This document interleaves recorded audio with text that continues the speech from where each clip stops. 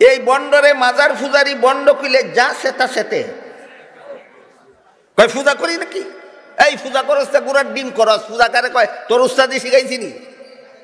তাফসীরের কিতাব খুলে দেখ, যে আচরণ আল্লাহ ছাড়া আর কারো সাথে করা যায় না সেই আচরণ অন্যদের সাথে করার নাম পূজা। দোয়া আল্লাহ ছাড়া কারো কাছে করা যায় না, খাজা বাবার কাছে দোয়া করলেই পূজা। সবকিছু দেওয়ার মালিক আল্লাহ ছাড়া আর কাউকে বিশ্বাস করা যায় না, খাজা বাবাই সব দিতে পারে, বিশ্বাস করার নামই পূজা। তোর উস্তাদে তোরে পূজা শিখাইছে না, এই জন্য করস পূজা আর খস ওলির শান দেশ, এটা ওলির শান না, এটা ওলি পূজা।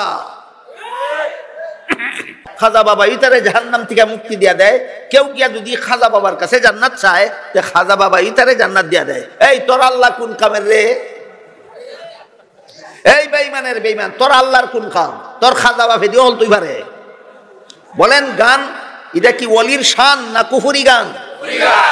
এই কুফরি গান ওলির শান নামে ভণ্ডরা বলে তাকে। এই জন্য গান ওলির শান না কুফরি, এইটা আপনাদের বুঝতে হবে। আর ওলি কারে কয়? গুড়ার ডিম চিনসি, ওলি কারে কয়? ওলি কারে কয় এইটা আপনাদের চিনতে হবে। এই বন্ডরে মাজার ফুজারি বন্ড কইলে যা সেতা সেতে কয় পূজা করি নাকি? এই পূজা করস তা গুড়ার ডিম করস, পূজা কারে কয়? তোর উস্তাদি শিখাইছিনি? তাফসীরের কিতাব খুলে দেখ, যে আচরণ আল্লাহ ছাড়া আর কারো সাথে করা যায় না সেই আচরণ অন্যদের সাথে করার নাম পূজা। দোয়া আল্লাহ ছাড়া কারো কাছে করা যায় না, খাজা বাবার কাছে দোয়া করলেই পূজা। সবকিছু দেওয়ার মালিক আল্লাহ ছাড়া আর কাউকে বিশ্বাস করা যায় না, খাজা বাবাই সব দিতে পারে, বিশ্বাস করার নামই পূজা।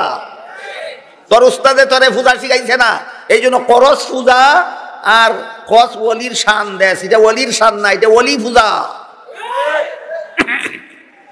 এই জন্য এই সমস্ত ভণ্ডদের কুফরি বেঈমানি গান থেকে সাধারণ মুসলমানের ইমান হেফাজতের জন্য আমি মনে করি আলেমগণের পক্ষ থেকে আমার একটা দায়িত্ব পালন করা দরকার। সেটা হলো ওলি কাকে বলে আপনাদেরকে চিনাইয়া দেওয়া দরকার, যাতে ভণ্ডদের গান শুনে আপনারা ভণ্ডরে ওলি মনে করে নিজেদের ইমান ধ্বংস না করেন। ধারাবাহিকভাবে 5 কাজ করলে আল্লাহর ওলি হয়। কত কাজ? এলোমেলু না ধারাবাহিক? ধারাবাহিক মানে আগেরটা আগে পরেরটা পরে। হ্যাঁ আগেরটা তুই পরেরটা করলে ওলি হইতো না। যেমন 5 কাজের প্রথম কাজ হইল গুনার অভ্যাস ছেড়ে দেওয়া, এটা 1 নম্বর। আর 5 নম্বর কাজ হইল নফল বন্দেগী করা, এটা 5 নম্বর। বলেন ওলি হওয়ার 5 কাজের মধ্যে প্রথম কাজ কোনটা? আর 5 নম্বর কোনটা?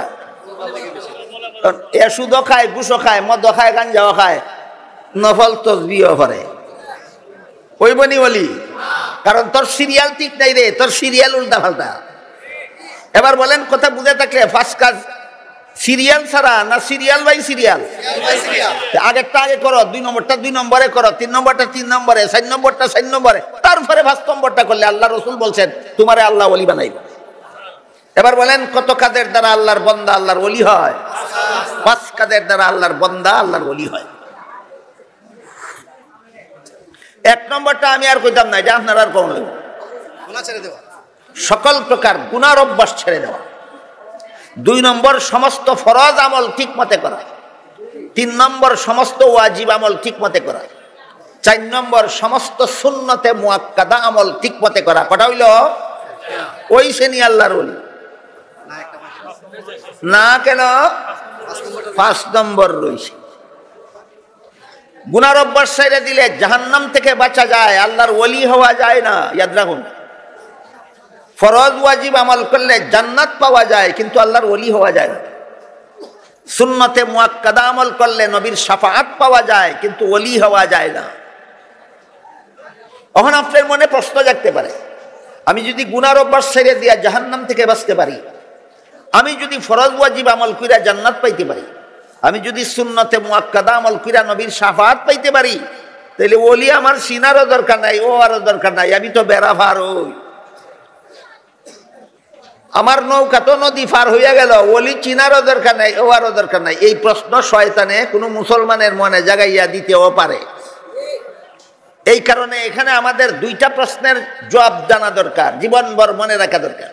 এক নম্বর, 4 কাজ কইরা জাহান্নাম থেকে বাঁচলো, জান্নাত পাইল, নবীর শাফাআত পাইব, ওলি হবে না কেন? 1 নম্বর প্রশ্ন। 2 নম্বর প্রশ্ন হইল, এই 4 কাজে তাহলে কি পাওয়া যায়? এই 4 গুনাহ ছাইরা দিলে জাহান্নাম থেকে নাজাত পাওয়া যায়, ফরজ ওয়াজিব আমল করলে জান্নাত পাওয়া যায়, সুন্নতে মুআক্কাদা আমল করলে নবীর শাফাআত পাওয়া যায়। এটা সারা জীবন সব মুসলমানের মনে রাখা দরকার। গুনাহ ছাইরা দিলে কি পাওয়া যায়? জাহান্নাম থেকে নাজাত পাওয়া যায়, ফরজ ওয়াজিব আমল করলে জান্নাত পাওয়া যায়, সুন্নতে মুআক্কাদা আমল করলে নবীর শাফাআত পাওয়া যায়।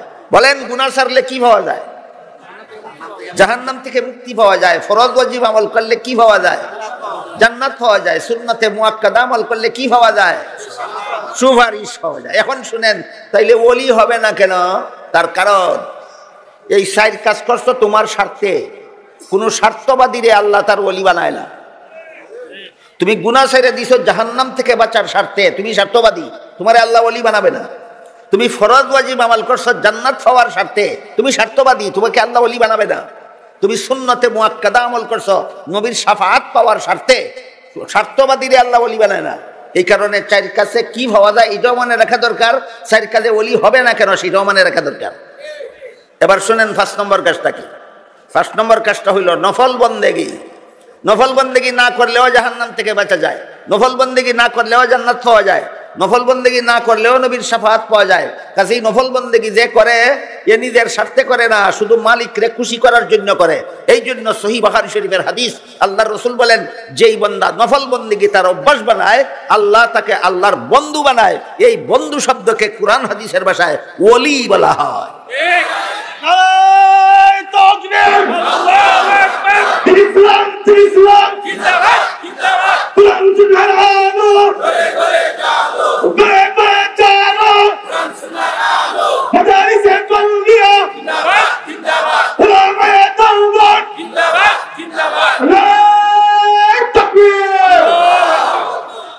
এবার বলেন, যেই মাজার ফুজারি বন্ডয় কুফুরি গান কয় আর কয় ওলির শান কই, বুড়ার ডিম চিনে নি ওলি কারে কয়?